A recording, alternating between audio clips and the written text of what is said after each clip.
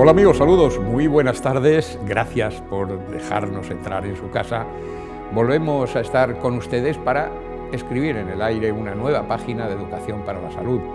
Hoy vamos a hablar de la salud bucodental y lo vamos a hacer ya como es habitual desde hace tanto tiempo con el doctor don Manuel Menéndez Collar, director de Clínica Menéndez Collar. Ustedes saben que Clínica Menéndez Collar es un centro de referencia en Andalucía. Es por eso tan placentero para mí recibir una semana más, doctor Menéndez Collar, recibirle aquí en nuestro estudio. La pasada semana prometimos que íbamos a hablar del soporte sobre el que se colocan los implantes, es decir, la encía, las encías. Y lo primero que se me ocurre preguntarle, porque cerramos el programa, así me creo recordar, que las encías son algo dinámico, no siempre están iguales, ¿no? ¿Por qué se transforman las encías? ¿Qué les pasa a las encías a lo largo de la vida? Bueno,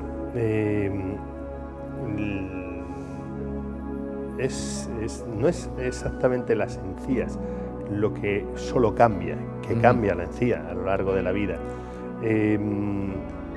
Primero, lo que las personas ven es que cuando pierden los dientes, las encías se les van consumiendo.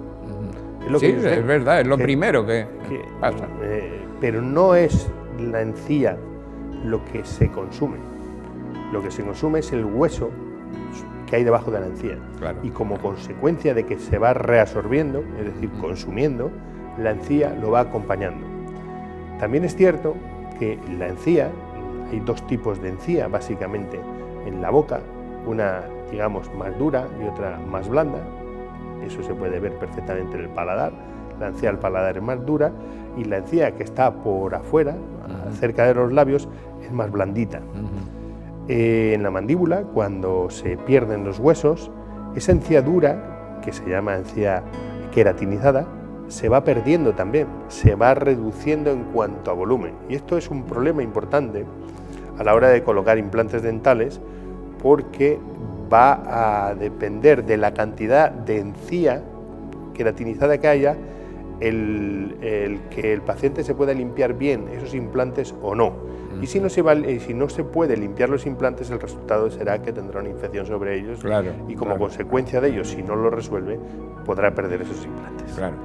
¿Vale? Pero dicho todo esto, que es una cuestión ya muy técnica, el hueso subyacente que hay debajo de la encía se pierde básicamente porque no trabaja. Cuando tenemos un diente, claro, el hueso es, si la encía es dinámica, el hueso es mucho más. Claro. El hueso de la boca y en general el hueso del organismo está en perpetuo equilibrio de reabsorción a posición, es decir, se destruye y se forma, se destruye y se forma, se destruye y se forma. Hay un equilibrio, digamos, mineral, en el que se va produciendo la destrucción del hueso y formándose. El resultado final es que se mantiene un volumen y una densidad, en la mayoría de los casos, salvo que haya enfermedades, por ejemplo, como la osteoporosis, en la que hay una pérdida de mineral y se calcificación. Y el resultado es que se pierde, digamos, densidad ósea. Pero los problemas que pueden derivar como consecuencia de los cambios en las encías es que hay un cambio de volumen, porque los dientes, al ocluir, al deglutir, al realizar las funciones, digamos, de la masticación, hacen que el hueso trabaje. En el momento que quitas los dientes o los pierdes, ese hueso, como no trabaja, como no va a soportar cargas, empieza a reabsorberse. Claro, es curioso, es decir, mientras están trabajando, se mantiene ese equilibrio de destrucción-reparación, destrucción-reparación. Pero en el momento en que se inactivan, ya lo que se produce es la destrucción sin que se siga produciendo ese ciclo que mantiene la encía y el hueso en este caso, el hueso. Y esta precisión es importante porque nosotros establecíamos como un todo la encía, cuando la encía lo que está es exclusivamente recubriendo el hueso. Y además dentro de la encía tenemos esa parte más dura, que es la que tenemos por dentro, lo notamos perfectamente en el paladar, mientras que la de fuera, como usted acaba de comentar, es más blanda. Claro, como estamos hablando de implantes, se me ocurre preguntarle qué pasa cuando la absorción del hueso es tal que a ver dónde colocamos la raíz, el implante. Bueno, cuando falta hueso, lo que nos planteamos es regenerar ese hueso. La pérdida, digamos, del volumen de hueso y los cambios que se van a producir en las encías es una de las razones por las que nos va a hacer que tengamos que regenerar hueso. Pero no solo en estos casos, sino que, por ejemplo, en la zona posterior de la arcada superior del maxilar, pues tenemos el seno maxilar, que es una cavidad hueca que permite, cuando tomamos el aire por la nariz, calentar, enfriar y sirve de filtro antes de pasar a la vía respiratoria inferior, ¿no? Cuando perdemos los dientes, dentro se produce una presión derivada de la respiración que hace que la piel, la mucosa que recubre esto por dentro, imagínese usted un huevo, ¿vale? Le quita la cáscara y dentro tiene como una telita, sí. ¿vale? Bueno, pues en el seno maxilar es algo parecido. Esa telita tiene capacidad de reabsorber el hueso que hay subyacente, es decir, como si esa telita pudiera comerse la cáscara del huevo por dentro, ¿vale? Ese es otro de los fenómenos. Y luego hay otro tercer fenómeno, que es que hay personas que nacen con poco volumen óseo en altura o en anchura, es decir, tiene el hueso muy fino, pero ya por sí mismo. De propia naturaleza. Claro, si encima ha perdido un diente o va a perder un diente y no se hace nada de forma inmediata, el resultado es que no habrá hueso y habrá que hacer técnicas de regeneración. Claro. ¿Cómo se llevan a cabo estas técnicas? Bueno, básicamente, dependiendo del tipo de defecto que nos encontremos, haremos unas técnicas de regeneración de hueso de una manera u otra. Pero básicamente el concepto es, tenemos una pérdida de volumen y mediante biomateriales o hueso propio, lo reconstruimos. Es como si fuéramos pequeños ebanistas, ¿vale? O pequeños encofradores que vamos encofrando en la boca y colocando materiales. Ciertamente, ¿vale? Es como quien tiene que fabricar, digamos, un murito sobre el que luego hay que colocar el implante. Hay que colocar el implante. Cuando tenemos un defecto en anchura, pues la regeneración la podemos hacer con hueso sintético, hueso de otra persona, por supuesto todo esto tratado, controlado, ¿vale? Y con material de osteosíntesis fijas unas chinchetas y reconstruyes eso, es decir, haces un encofrado con hueso particulado, o en algunos casos puede ser que necesites bloques de hueso. En estos casos, que necesites bloques de hueso, dependiendo del defecto, pues lo puedes coger de la boca, del mentón, de la zona de la sínfisis o de la zona de la rama. Son zonas que aportan un volumen considerable de hueso y te resuelven pues el 40% de los defectos que pudieras tener que reparar. Cuando ya es un maxilar completo, la cosa cambia. O cuando tienen los sectores de material que va a hacer falta. Claro, cuando tienen los sectores posteriores como consecuencia de una neumatización del seno maxilar o porque has perdido el hueso en una zona molar, pues en esos casos hacemos técnicas de elevación de seno maxilar. Se levanta el suelo del seno, si no hay contraindicación, se levanta el suelo del seno y ahí dentro si pudiéramos esa telita que se llama la membrana de Schneider, darle un punto y suturarla dentro del seno, la propia sangre que hay ahí de la intervención formaría el hueso. ¿Qué pasa? Que eso aunque hay trabajos experimentales en los que se ha conseguido regenerar hueso de esta manera, es muy sensible a la mano y en la mayoría de los casos no se puede realizar. Claro. Entonces, ¿qué hacemos? Colocamos dentro una especie de andamio para que no se descuelgue la telita. Ese andamio pues es básicamente hueso, un seno injerto de animal, hueso particulado de animal, que lo colocas ahí y a la vuelta de 4 o 5 años, si tomáramos una muestra y hiciéramos una biopsia, eso sería hueso propio del paciente. Las propias células habrían hecho el recambio del hueso, digamos, animal a hueso humano. O sea, se hubiera transformado. Cuando es en el sector posterior de la mandíbula, tenemos un problema añadido, que es que por dentro de la rama de la mandíbula pasa un nervio, que es el nervio dentario inferior, que nos va a dar sensibilidad a la zona del labio, a la zona de la encía y a los dientes. A partir de que tengamos una pérdida de 8 milímetros, 7 milímetros de altura, hasta ya no podemos colocar implantes. Entonces ahí tenemos varias opciones: o levantamos en altura mediante un encofrado, que es lo que comentábamos antes, o realizamos un desplazamiento de parte del hueso y lo fijamos introduciendo a modo de sándwich un biomaterial, ¿vale? En este caso, ¿cómo hacemos? Levantamos la encía, vemos dónde tenemos localizado el nervio y por encima del nervio separamos el fragmento de hueso superior.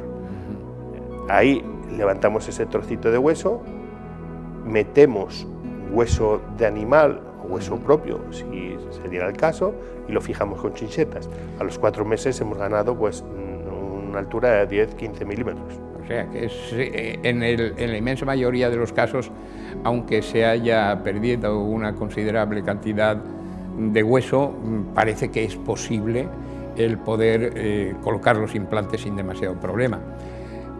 Y esas personas, que supongo que las hay, que no es que hayan perdido un diente o una muela y ahí las hayan dejado un tiempo y lógicamente se ha absorbido el hueso, sino, bueno, pues que lleguen a su consulta personas que han perdido la totalidad de los dientes, edéntulas del todo, y que además durante mucho tiempo hayan estado así. Estas personas tienen posibilidad de hacerse de que les fabriquen una prótesis completa de implantes. Sí.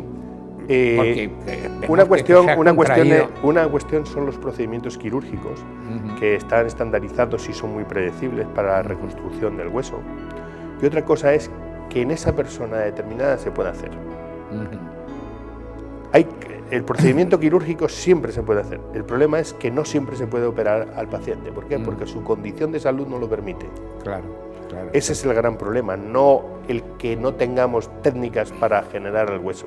Es decir, un paciente, por ejemplo, que tenga un paratiroidismo, no podemos hacer una técnica de regeneración ósea porque tiene un problema metabólico en el hueso. Y le impide que... Un paciente con una diabetes no controlada, no podemos tampoco operarlo porque tenemos un riesgo de infección alto.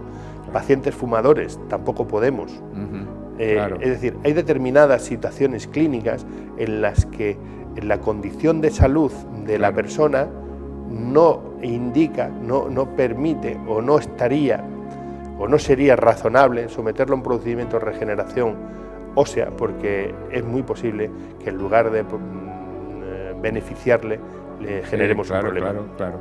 Es decir, que desde el punto de vista técnico, como poder hacerse, claro que se puede hacer. Otra cosa es que el paciente pueda admitir esa intervención sin riesgos cuando realmente existen esos que son evidentes. Y por lo tanto ahí está pues, la actitud del profesional, decirle, pues mire usted, no se lo vamos a hacer porque va a ser peor el remedio que la enfermedad.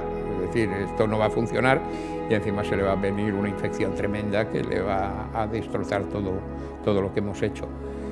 La verdad es que cuando hablamos de implantes, esa cosa que solíamos decir, la segunda dentición es bien cierto, porque una vez que se ha colocado un implante y sobre él se ha colocado el diente, este va a permanecer exactamente cumpliendo la misma función de un diente propio, y además en el tiempo va a ser, por lo menos la predecibilidad de que ese implante va a permanecer en salud en la boca es considerable, ¿no? En general. ¿Qué porcentaje de tiempo puede permanecer un implante en la boca sin que genere problemas, por término medio? Bueno, los si es que existe en esas. Sí, hay estudios que hablan de, digamos, de durabilidad de los implantes. El 80% de las prótesis, a los 20 años de colocar un implante, están funcionando todavía en boca. ¿Qué pasa? Que estos estudios aquí han metido a todos los pacientes con mayor o menor problema y a todos los dentistas con mayor o menor habilidad quirúrgica. Es que, claro, yo creo que ahí el papel del profesional es fundamental. Mire, me va a permitir un pequeño inciso en esto. Es algo que está extendido en el mundo de la cirugía, en el mundo de los tratamientos quirúrgicos, ¿no? A operar, un cirujano puede aprender a operar en 5 o 7 años. A operar bien te puede llevar a lo mejor 10, 15 años. A no operar te puede llevar una vida. Claro. Un buen cirujano es aquel, en mi opinión, que estos son opiniones, que sabe cuándo no tiene que operar. Eso es el dato más importante. Hay personas que, bueno, lo que hablábamos antes, los procedimientos quirúrgicos están estandarizados, es un tema de habilidad manual, claro. Pero hay que saber cuándo no hay que hacer las cosas. Entonces, esto es crítico a la hora de los procedimientos quirúrgicos, crítico. Claro. Y luego está es fundamental. Claro. Está la habilidad y la curva. Es decir, no es igual un profesional que tenga una experiencia dilatada en realizar ciertos procedimientos que una persona que tenga menos experiencia. Esto es en todas las profesiones y en el mundo de la cirugía, pues, y de los procedimientos quirúrgicos, es muy sensible a la mano, muy sensible. Claro. Hombre, efectivamente, la práctica, el tiempo en que se está ejercitando la profesión, yo me imagino que es, si lo establecemos en porcentaje, un porcentaje muy alto, pero no solo es eso, luego también está la habilidad del propio profesional, porque usted lo comentaba, que hay personas que por su propia condición pueden estar haciendo un montón de intervenciones, pero veremos a ver cómo son esas intervenciones. Pero desde luego, si encima no tienen un tiempo de experiencia, pues pues ahí se multiplica el problema, de ahí que sea muy... Yo le voy a hacer una pregunta ahora, yo no sé si es discreta o es indiscreta, al hilo de la estadística de la que hablamos hace un tiempo. Usted ya son muchos años de experiencia. ¿Qué porcentaje de fracaso ha experimentado usted en sus pacientes a lo largo de su vida profesional? Porque eso lo llevará usted estandarizado, me imagino. Sí, lo llevamos estandarizado y cada vez que perdemos un implante hay dos personas que sufren muchísimo. Uno es el paciente y otro soy yo o uno de mis colaboradores. Aún sabiendo que no somos Dios y que estamos trabajando con técnicas, no es un problema. No, y hay un índice, es que hay un índice de fracaso estadístico inevitable, ¿no? Sí, hay bueno, inevitable para el conocimiento actual. Claro. Inevitable para el conocimiento actual. Lo importante es saber si tenemos el máximo conocimiento actual en esa materia. Claro, es que ese matiz, esa precisión es fundamental. Vale. Claro. Entonces, yo, por ejemplo, cuando empecé hace 20 años en el mundo de la periodoncia, había una clasificación de enfermedades, que había una enfermedad una entidad nosológica, que era la periodontitis refractaria, y se describía como una periodontitis que no respondía a tratamiento. Bueno, pues, y era bastante frecuente, era del orden del 8% de los pacientes se suponía que tenían una periodontitis refractaria. Hoy sabemos que no era cierto, que era un problema de diagnóstico porque todavía la microbiología anaeróbica no había identificado correctamente los agentes patógenos que estaban involucrados y no teníamos herramientas, para ello. Yo siempre me acuerdo de aquello porque me llamaba mucho la atención en aquel momento. Nosotros este último año no llegamos al 1% de fracaso. Qué bárbaro, qué bárbaro. Pero posiblemente a un 5% de pacientes les he dicho que no se pueden operar. Claro, es que ahí es donde está la cuestión. Sí. Ahí es donde está la cuestión. Que cuando existe la más mínima sospecha de que la cosa puede no ir bien porque no le va a venir bien al paciente el tratamiento, hay que tener la honestidad suficiente para decirle, mire usted, yo no se lo voy a hacer, porque el índice de fracaso es muy alto y es absurdo el que usted haga una inversión, yo haga un trabajo que ya previamente estoy casi con un porcentaje alto de posibilidad, sé que no va a ir adelante como debiera ser, ¿no? Claro, para esto, en fin, hay que tener algo fundamental, que es una conciencia profesional meridiana, ¿no? Y poner en valor algo tan fundamental como es el hacer el trabajo como hay que hacerlo, con honestidad, con eficacia y con profesionalidad, claro. Eso es también un elemento muy importante a tener en cuenta. Menos del 1%. Del 1%. Pues felicidades. Pero, ya le digo que un 5% de pacientes se le ha desaconsejado el colocarse implantes dentales y en muchos casos se buscan soluciones alternativas que pueden aportar una solución no igual, pero que le permite funcionar sin meterse en camisa de 11 varas, permítamelo. Eso es importante. Ya me hace un momento que me han dicho que estamos fuera de tiempo, pero es tan absolutamente interesante de lo que estamos hablando que, bueno, nos van a disculpar los compañeros que vienen después por el hecho de haberles comido una parte de su tiempo. ¿De qué vamos a hablar la semana que viene, doctor Menéndez Collar? ¿Qué se le ocurre?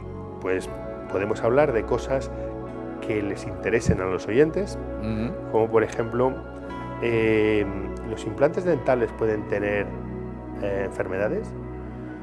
Es curioso, porque claro, estamos hablando de elementos que no son biológicamente como puede ser el diente original o una mano o un pie, pueden tener enfermedades. Interesantísimo. De eso hablamos dentro de 7 días. Gracias, de verdad, por haber estado con nosotros.